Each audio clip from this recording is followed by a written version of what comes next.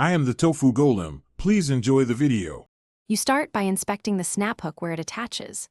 Look for hairline cracks, bent gates, or corroded swivel points because these cause most failures. Once done, verify the load rating stamp so you don't repair an undersized part.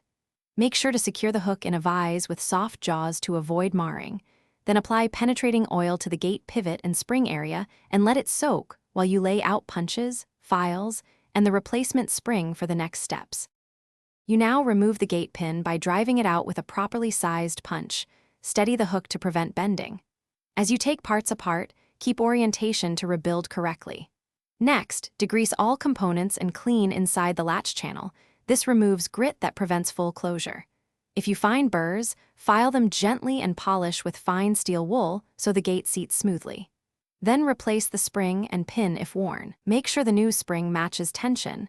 You finish by reassembling in the reverse order, aligning the gate so it seats flush and driving the pin until secure. Mimic the original retainer method. Once assembled, perform 10-20 opening cycles to confirm smooth action, then test with incremental loads up to the rated capacity to validate repair. If the gate binds or creeps, make sure to stop testing. Check spring orientation, re-clean pivot surfaces, and inspect for subtle bends or stress fractures that mean replacement is required rather than repair. This one tip prevents dangerous failures.